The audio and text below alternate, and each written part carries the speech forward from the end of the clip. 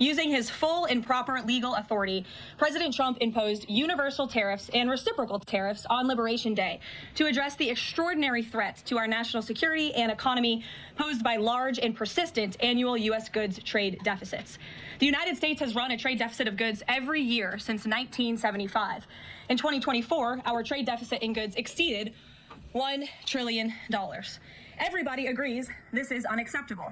President Trump is delivering on his promise to fix this problem, and he has taken a long overdue and much needed bold stance for American workers after decades of our manufacturing base being hollowed out. The president's rationale for imposing these powerful tariffs was legally sound and grounded in common sense. President Trump correctly believes that America cannot function safely long-term if we are unable to scale advanced domestic manufacturing capacity, have our own secure critical supply chains, and our defense industrial base is dependent on foreign adversaries. Three judges of the U.S. Court of International Trade disagreed and brazenly abused their judicial power to usurp the authority of President Trump to stop him from carrying out the mandate that the American people gave him. These judges failed to acknowledge that the President of the United States has core foreign affairs powers and authority given to him by Congress to protect the United States economy and national security. Congress had created the National Emergency Act to provide the congressional framework to strike down improper IEEPA use. And any questions over whether President Trump improperly imposed these IEEPA tariffs were already adjudicated in Congress following Liberation Day. Congress firmly rejected an effort led by Senator Rand Paul and Democrats to terminate the president's reciprocal tariffs. The courts should have no role here. There is a troubling and dangerous trend of unelected judges inserting themselves into the presidential decision-making process. America cannot function if President Trump, or any other president for that matter, has their sensitive diplomatic or trade negotiations railroaded by activist judges. President Trump is in the process of rebalancing America's trading agreements with the entire world, bringing tens of billions of dollars in tariff revenues to our country, and finally ending the United States of America from being ripped off. These judges are threatening to undermine the credibility of the United States on the world stage. The administration has already filed an emergency motion for a stay pending appeal and an immediate administrative stay to strike down this egregious decision. But ultimately, the Supreme Court must put an end to this for the sake of our Constitution and our country. With Congress returning next week, it's critical that Senate Republicans maintain the momentum and quickly pass the One Big Beautiful Bill. The One Big Beautiful Bill will truly make America safe and prosperous.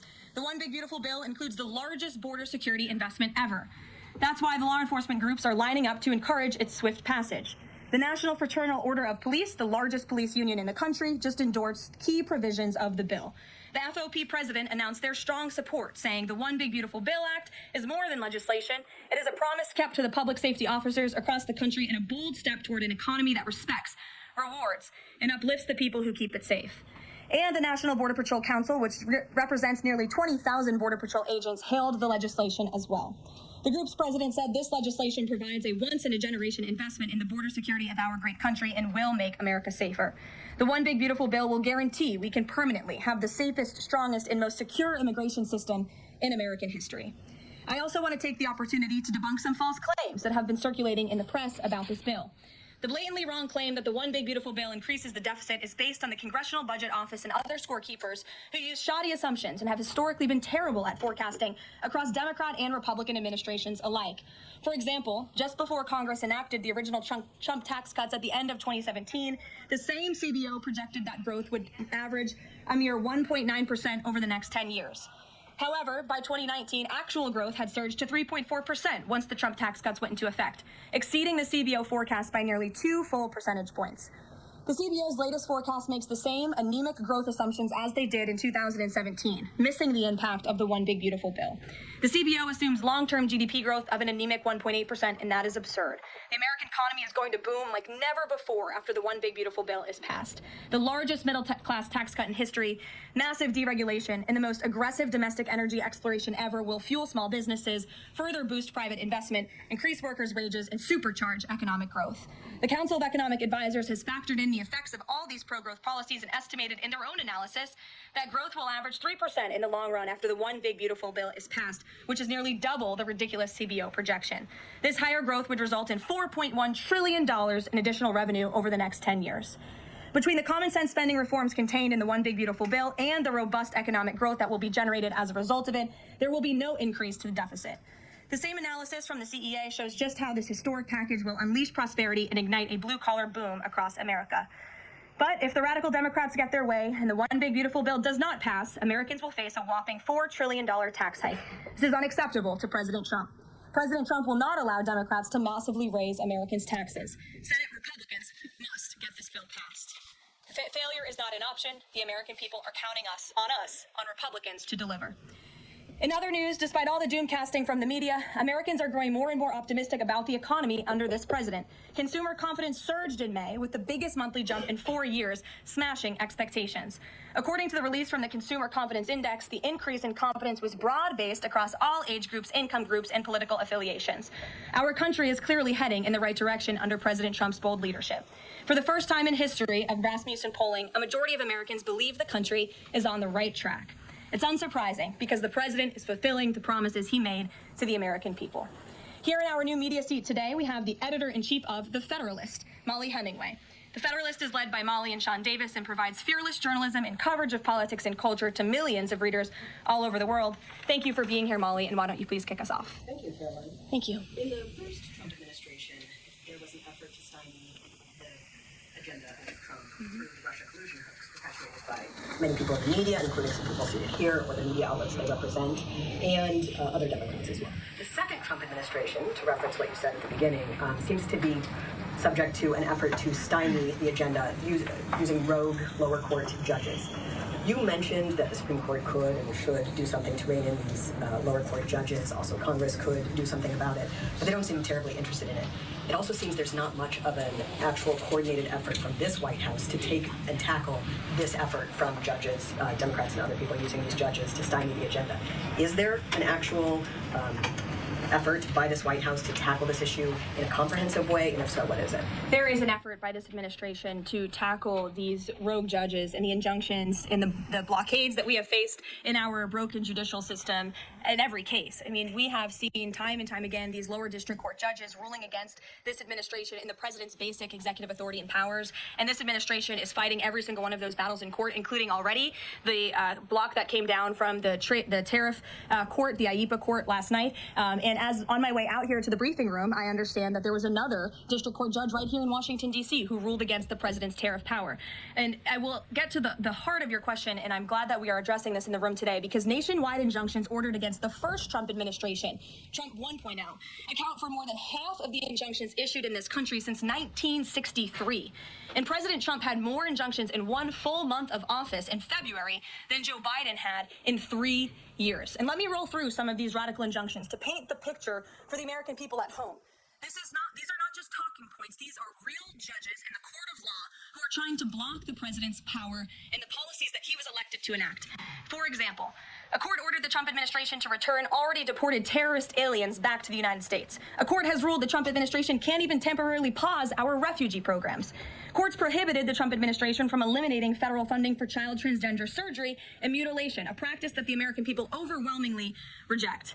A court also held that the Trump administration could not ban people experiencing gender dysphoria or mental health issues from serving in the military.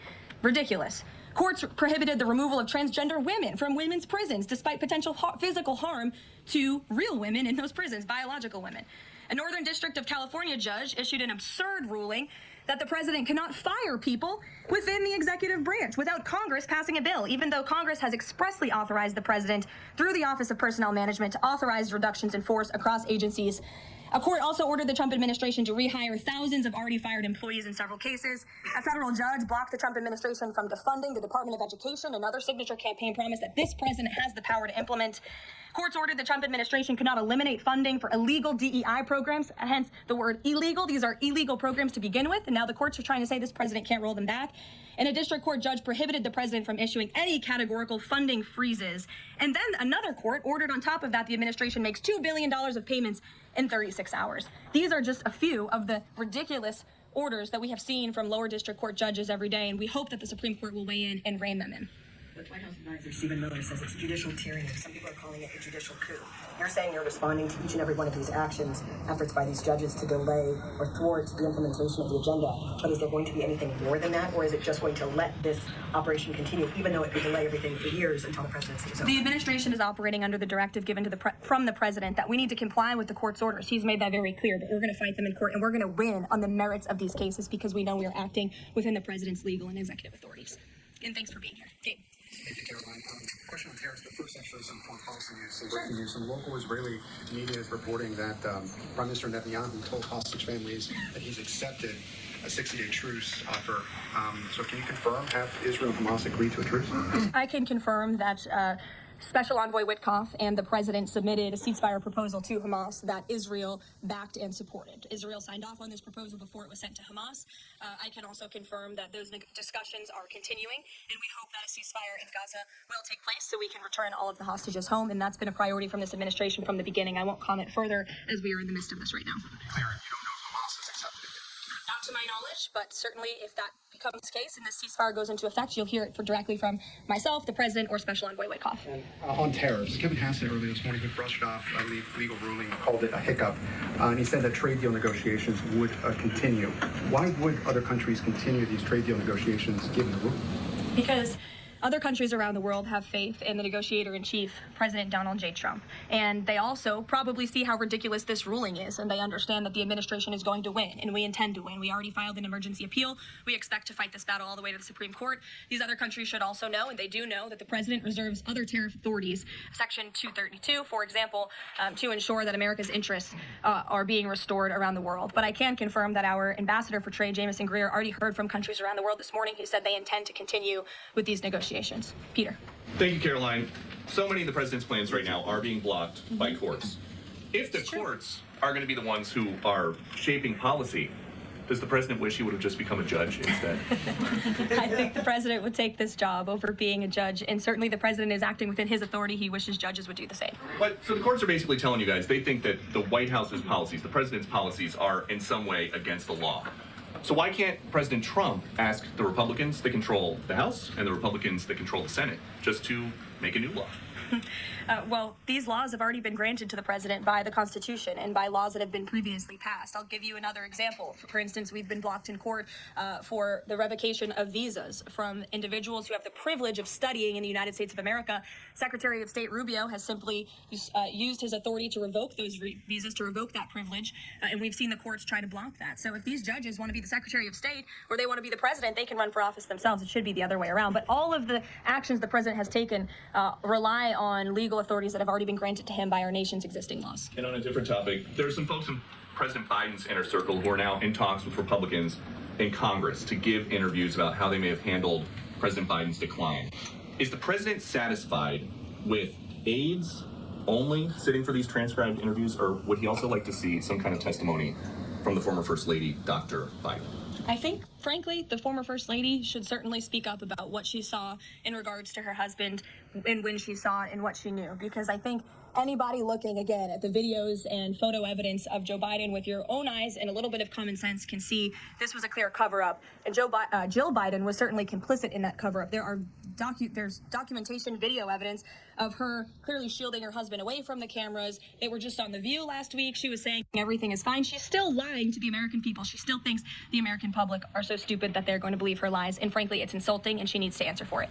Ouija. Thank you, Caroline. President Trump was asked what he thought about Elon Musk's claim that the big, beautiful bill increases the budget deficit and undermines the work of Doge. And the president didn't actually comment on those remarks. He just talked about the need to support the bill. So what does the president think about what Elon Musk said? Well, the president is very proud of the one big, beautiful bill, and he wants to see it pass. He wants the Senate to get to work on it and send it to his desk as quickly as possible.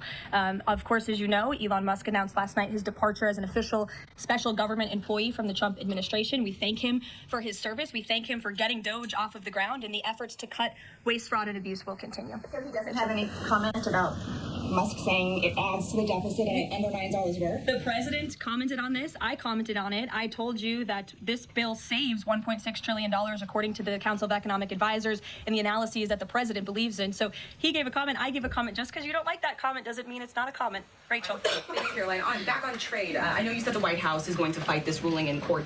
Is the administration actively reviewing other avenues, other options to carry out the president's trade policy? The president's trade policy will continue. We will comply with the court court orders, but yes, the president has other legal authorities where he can implement tariffs. However, it does not dispute the fact that the president was right to declare a national emergency when it came to fentanyl and when it came to our crippling deficits and the lack of critical supply chains here at home. That is the reasoning for the president's tariffs, and the court didn't dispute those facts, by the way. And there have been other courts that have reaffirmed the president's position. In fact, a ruling in federal court earlier this month shows that the administration is in the right, said we will win on appeal. A federal district judge in Florida ruled that IEEPA, in fact, does grant the president the authority to unilaterally impose tariffs. And 20 years ago, I will add, they are not a court, the New York Times editorial board responded to the January 2005 trade deficit of $58.3 billion by writing an editorial entitled Dangerous Deficits. And since then, our trade deficit has more than doubled. The U.S. trade deficit in January totaled a whopping $131.4 billion. So people on both sides of the aisle, pundits, lawyers, legal scholars, politicians have all agreed that it is a national emergency, our trade deficits and our lack of critical supply chains here at home. It's just President Trump was the first president to actually act on it, to restore that wealth and that prosperity to the United States of America. And it's very unfortunate that the courts are now blocking his attempts to do that. Has the administration then reached the point where you are actually asking your economic advisors to start reviewing other avenues to implement the president's trade policy, or do you want to just see this legal process take place for now? We can walk and chew gum at the same time. We are doing both. Josh. The Fed says the president met with the Fed chair earlier today. I'm wondering if he can give us any readout of that meeting. The Fed also says that they discussed the economy. I imagine the president might have shared views on rates as well, but what can you share? I can share with you that we saw, the president and I both saw the statement that the Fed put out after the meeting. That statement is correct. However, the president did say that he believes the Fed chair is making a mistake by not lowering interest rates, which is putting us at an economic disadvantage to China and other countries. And the president's been very vocal about that, both publicly and now I can reveal privately as well. Did he speak at all about his plans for that position, but whether he would seek to move Jay Powell out of that position or keep him in until his term ends? No. Okay. Very quickly on the tariff question, you mentioned Section 232 earlier. Are you suggesting that you might sort of speed up some of the existing 232 investigations, or are you talking potentially using 232 as a replacement power if this ruling doesn't go your way? Of course, you hope it does. I'm not suggesting that. I'm just simply stating the fact that the president has other legal authorities he can use to implement tariffs, and the administration is willing to use those. As you know, we already have applied Section 232 tariffs on specific industries. Thank you. Yep, thank you. President Trump said that he needed 1.5 to 2 weeks to determine whether or not he believed Vladimir Putin wanted peace. He has been in office now for 4 months. What does he believe is going to happen in the next 1.5 to 2 weeks that would change his opinion? Well, it is my understanding and it is our hope that Russia and Ukraine will engage in direct talks and negotiations next week in Istanbul. And we believe that meeting is going to take place. And that is a meeting the president encouraged and urged for these two sides to come together and negotiate directly. And the president has been clear from the very beginning of this conflict that he wants to see this conflict solved on the negotiating table, not on the battlefield. And he's told that to both leaders, again, both publicly and privately. So hopefully next week it will move the ball forward in this. He's going to participate in those conversations? We will let you know if the president plans to send a representative. I'm not tracking that at this time. Kelly in the back.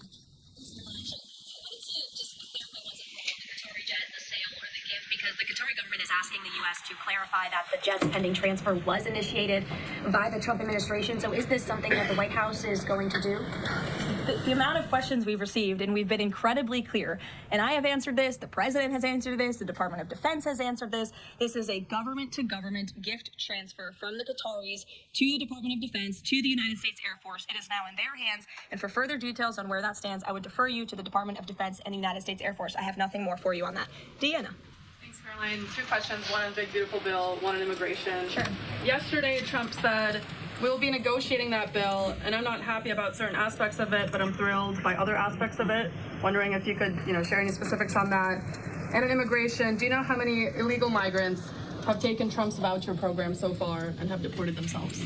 I believe it's in the thousands of those who have chosen the easier route of self-deportation, and we certainly encourage all illegal aliens who are present within our homeland to take that option. It's a much more pleasant option than being deported, and we will deport you if you're here illegally. That's our intention. As for the first question, what the president was speaking about is how this is a great bill. However, it has come as a result of a hard negotiation. It's difficult to get things done on Capitol Hill, but thanks to President Trump, this bill is moving in the right direction, and thanks to House Republicans and the leadership over there as well, who did a great job mediating both sides of the caucus to move this bill to the Senate. And now the president, again, has told his friends on the Senate side, is already engaged in those conversations to get that bill back to his desk as soon as possible. Sure. Thank you. Has this administration been briefed about the incident that happened in Gaza on Tuesday during the rollout of the Gaza Humanitarian Foundation distribution of aid to Palestinians there? And should there be a ceasefire, will this administration continue to rely on this foundation for the distribution of aid to civilians? Are you referring, what incident are you referring to? Tuesday, when the aid was rolled out to Gaza for the first time in many months, and meals and food was given to hungry people thanks to President Trump. Yes, we were briefed on that plan. The president was the reason that aid went into Gaza, and he got the Israelis to support that plan. And I would add that the previous administration rejected such a plan to ensure that these starving and devastated people in the Gaza Strip were given humanitarian aid and assistance. And it was the previous administration that tried to build this pier, if you all remember it. It was brought to my attention this morning, and I thought that's a good point. Why don't I bring that up? Because there's been so much criticism. In fact, it was on the front page of a newspaper this morning about the criticism for this president having a humanitarian heart and giving people badly needed food and supplies. Nobody wanted to talk about how the previous administration failed in that endeavor. They built this pier that cost $230 million. It lasted about 20 days, and more than 60 U.S. service members were injured, as a part of this floating aid pier that did nothing for the people of Gaza. The president is opening up his humanitarian heart to get aid into the region while his team simultaneously negotiates a ceasefire and the return of all hostages. We are moving the ball forward in a positive direction for all people. The president wants to see peace for all people. Jasmine. Thanks so much, Karoline. A news investigation found that the Hallmark MAHA mission that was released last week cites studies that appear to not exist. We know that because in part we reached out to some of the listed authors who said that they didn't write the studies cited. So I want to ask, does the White House have confidence that the information coming from HHS can be trusted? Yes, we have complete confidence in Secretary Kennedy and his team at HHS. I understand there were some formatting issues with the MAHA report that are being addressed, and the report will be updated, but it does not negate the substance of the report, which, as you know, is one of the most transformative health reports that has ever been released by the federal government, and is backed on good science that has never been recognized by the federal government. And a quick follow-up, can you talk about what tools or research goes into production of these kinds of reports? For instance, is it AI that's used to put together these reports now? I can't speak to that. I would defer you to the Department of Health and Human Services. What I know is just what I told you. Lindsay. Many small businesses that we've talked to since the tariffs have been in place have said what would really help them is a long-term plan so that they can catch up. In light of what's happened now, this trade war with the courts, how will that impact this 90-day window? Will you guys be adjusting that? And how can you help relieve some of these small businesses? Well, I would say nobody understands the needs of business owners, and nobody has the backs of our small business community more than President Donald J. Trump. He believes, I've heard him talk about this with small business owners himself, that small businesses are truly the backbone of our American economy. And that's why the president is supporting the One Big Beautiful Bill. So for those you spoke to who are asking for a long-term plan, big tax cuts are coming their way. No tax on tips, no tax on overtime for their workers, more money in their pockets. Their bottom lines will be larger. They can pay their people more. Wages are going to go up. Inflation will continue to come down. We've already seen energy prices plummeting as a result of this president's economic and energy agenda that he has been implementing across the federal government, reducing burdensome regulation. All of that is good news for small business owners across the country. That's why they strongly support the president, and that's the Trump economic plan that is underway. And again, you're emphasizing, I believe, the need to pass the One Big Beautiful Bill, and the president wants to see that happen. Sure. Will you still work within that 90-day window for these trade negotiations? Again, as far as we're concerned, our trade agenda is moving forward, and we've already heard from countries around the world today who will continue to negotiate in good faith with the United States so we can cut good trade deals on behalf of the American people, and we fully expect to win this case in court. Sure. On Golden Dome, the president put out this number of $61 billion. How did he arrive at that? Is that the number it will cost to protect Canada, and is it negotiable, or where did it come from? I can certainly ask the president, and I can check in with our research team, and we'll get you the facts on that number. But the Golden Dome is certainly a significant investment in our nation's national security and homeland security to protect Americans, all of you in this room, from future threats. Have the Canadians been talking in good faith about paying to be in it? I know they expressed some interest. Well, the president has certainly expressed to the Canadians how we are essentially subsidizing their national defense. He brought it up in his meeting with their new leader here. And as you know, we'll be traveling to Canada next month for the G7. So I expect that topic of discussion to come up on that trip as well. Sure. Hi, thanks, Caroline. There was a May Day USA rally in Seattle that happened over the weekend that developed into some protests and riots. The Seattle Mayor Harold said that it was a far-right rally held here to provoke a reaction by promoting beliefs that are inherently opposed to our city's values, which he defined as LGBT values. I know the FBI is looking into this, but has the president reached out to the mayor at all, asked him to apologize for this, and is this something that the administration would consider an example of anti-Christian bias? I'm not aware of that case. I know the FBI is looking into it, but I'm not aware of any phone calls the president may or may not have made to the mayor of that city. And then on Doge, we know that Elon Musk is leaving. Do you have an updated leadership structure for who is leading the group? Is Russ Vought involved? And what is its new mission now, if any? Well, the entire cabinet is involved, and I spoke to the president about it this morning, and the entire cabinet understands the need to cut government waste, fraud, and abuse, and each cabinet secretary at their respective agencies is committed to that. That's why they were working hand in hand with Elon Musk, and they'll continue to work with the respective Doge employees who have onboarded as political appointees at all of these agencies. So surely the mission of Doge will continue, and many Doge employees are now political appointees and employees of our government, and to the best of my knowledge, all of them intend to stay and continue this important work. Is there a Doge leader taking the place of Mr. Musk? Well, again, the Doge leaders are each and every member of the president's cabinet and the president himself, who is wholeheartedly committed to cutting waste, fraud, and abuse from our government. Michael. Karoline, there's conflicting reports out of the Middle East right now. Saudi television network Al Arabia is saying that Israel and Hamas have agreed to a 60-day ceasefire. Sources with Hamas are saying that has not been agreed to. If and when that does happen, will we expect to hear something from President Trump announcing that? As I said earlier, yes, indeed. If there is an announcement to be made, it will come from the White House, the president, myself, or Special Envoy Witkoff. Finally, Karoline, one big beautiful bill. The president says he's not happy with all aspects of it. What changes would he like to see be made? And can this bill be both big and beautiful? It is a one big beautiful bill, as the name rings true. And the president, as I said, is currently working with his friends in the Senate who have some recommendations for the bill. Those negotiations and discussions are continuing, but the president's ultimate priority is to get this bill back to his desk for signature. And the president's priorities in this bill are non-negotiable in terms of the tax priorities he wants to see in the large tax cuts and the border investments that are currently in this bill. He is not going to allow them to go away for the American people. Sure, go ahead. Yes, I wanted to ask you about, has the president spoken to any of these foreign leaders about these agreements that have been reached, specifically the case of the United Kingdom that already has an agreement in place after this decision of the court in New York? Has the president talked to foreign leaders about what? About the court decision in New York. Which court decision in New York? The trade court. Oh, the trade court decision.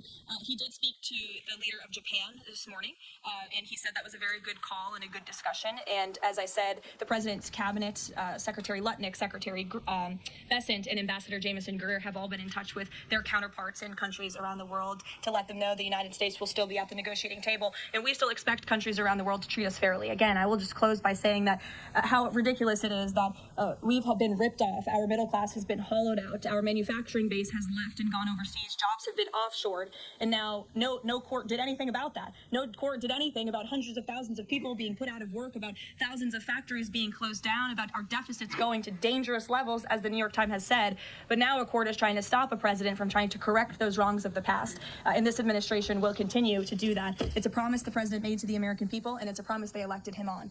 We will win this battle in court, and the president will implement his America First trade policies. Thank you, everyone. There's a U.S. Steel situation tomorrow. I can tell you the president greatly looks forward to going to Pittsburgh, Pennsylvania, where he will discuss this historic deal and discuss American jobs and American steel, and we hope to see you all there. Thanks, guys.